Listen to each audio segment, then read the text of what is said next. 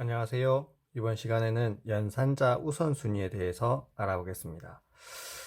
C언어에서 쓰는 연산자는 아주 많기 때문에 그 연산자들의 우선순위가 있습니다. 6번 라인에 보면 여기 복잡한 수식이 적혀 있죠. 10번 라인에도 그렇고요.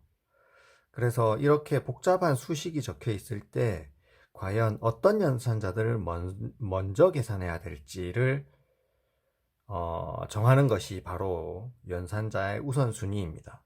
그래서 C 언어에서는 이 연산자의 우선순위가 정해져 있습니다. 그래서 여러분들이 이 연산자의 우선순위를 알아야지만 연산 결과를 바르게 예측할 수 있습니다. 자, 그러면 먼저 여기 있는 예를 가지고 연산자의 우선순위에 따라서 계산을 한번 해보도록 하겠습니다. 우리가 일반적으로 산술연산, 즉 덧셈, 뺄셈, 곱셈, 나눗셈인 경우에는 곱셈, 나눗셈을 먼저 계산하죠. 덧셈, 뺄셈보다.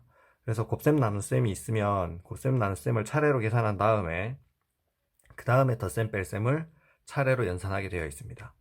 그리고 모든 연산의 최우선은 괄호 안에 있는 것을 가장 먼저 수행하게 되죠.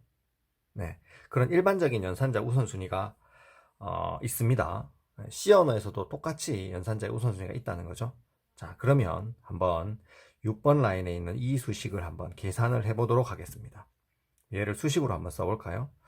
2 더하기 3 곱하기 4 더하기 5 나누기 6% B 플러스 플러스죠.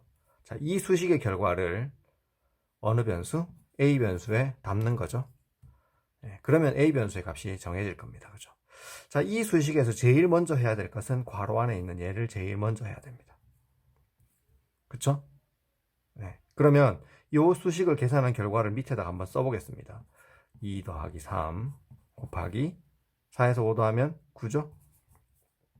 나누기 6 퍼센트 B 플러스 플러스입니다. 그쵸?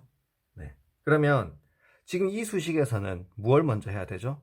곱셈과 나눗셈, 퍼센트도 나눗셈 연산에 포함이 되는 겁니다. 그죠? 왜냐하면 나머지를 구하려면 나눗셈을 해야지만 나머지가 구해지죠. 네, 이렇게 되는 겁니다. 그러면 두 번째로 해야 될 것은 얘를 해야 되겠죠. 그죠? 그쵸? 네, 그러면 얘를 계산하면 다시 2 더하기 39, 27이죠. 그리고 나누기 6 퍼센트 B 플러스 플러스입니다. 그 다음 계산할 것은 얘가 되죠. 그죠? 세 번째로. 그죠? 그쵸? 그러면 얘는 계산하면 얼마죠? 27을 6으로 나눈 몫입니다. 그죠? C언어에서는 정수끼리 계산하면 정수인 몫이 나온다고 했습니다. 그죠? 그러면 얼마가 되죠? 4가 되죠. 그죠? 6, 4, 24에서. 그죠? 그래서 얘를 다시 쓰면 2 더하기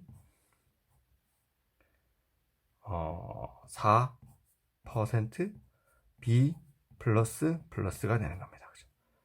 맞죠? 자, 그러면 여기에서 이제 B 플러스 플러스와 4% B 이렇게 남아 있는데 여기에서 먼저 해야 될 것은 무엇이죠? 바로 얘를 먼저 해야 되죠. 그죠? 자, 왜 그러냐면 플러스 플러스가 B 변수 뒤쪽에 있으니까 후위 표기법이라고 하죠. 후위 표기법은 앞에 있는 B 값을 가지고 다른 연산을 먼저 한 다음에 그 다음에 B 값을 1 증가시켜 주는 거죠. 그렇죠? 그러다 보니까 B는 얼마죠? 지금 1이 되죠. 그죠? B가 1입니다. 그죠? 그러면 이렇게 되는 거죠. 얘를 다시 쓰면 4를 1로 나눈 나머지는 얼마죠? 어떤 수를 1로 나누면 나머지는 0이 됩니다. 그죠? 맞죠? 네, 0이 됩니다. 그러면 이렇게 되는 거죠. 2 더하기 0이 되는 거죠. 그쵸? 네, 이렇게 계산을 하고 B는 1이라고 계산을 한 다음에 B 값은 1 더해줘야 되죠. 그죠? 다음으로 내려갈 때 B 값은 1에서 1 증가한 2로 변할 겁니다. 그죠? 네, 이렇게 되는 겁니다. 그러면 결과는 어떻게 되죠? 네, 2가 됩니다. 즉 A 값은 2가 되는 거죠. B 값은 2가 됩니다. 그래서 7번 라인에서 실행한 결과는 A는 2, B도 2 이렇게 2, 2가 출력이 됩니다. 아시겠죠? 자, 그러면 10번 라인에 있는 것도 똑같이 적어 보겠습니다. 10번 라인에 있는 거.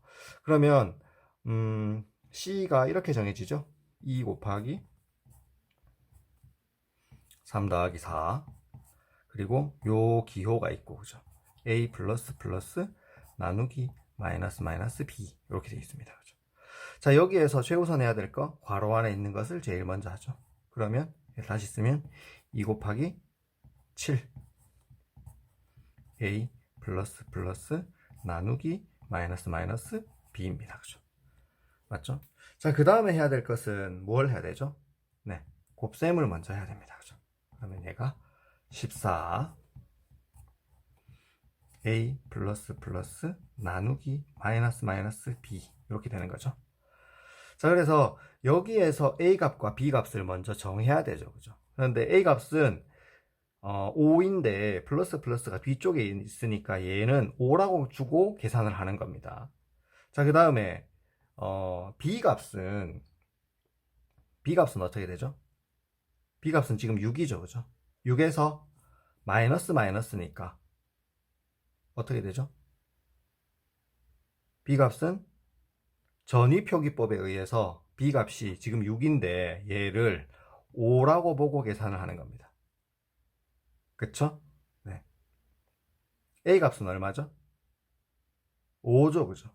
자, 5라고 보고 계산을 하는데 이 다음에는 a 값은 5에서 6으로 증가할 겁니다. 그죠? 그러면 요 값을 먼저 계산하는 거죠. 그러면 5를 5로 나눈 몫은 1이 되는 거죠. 그죠?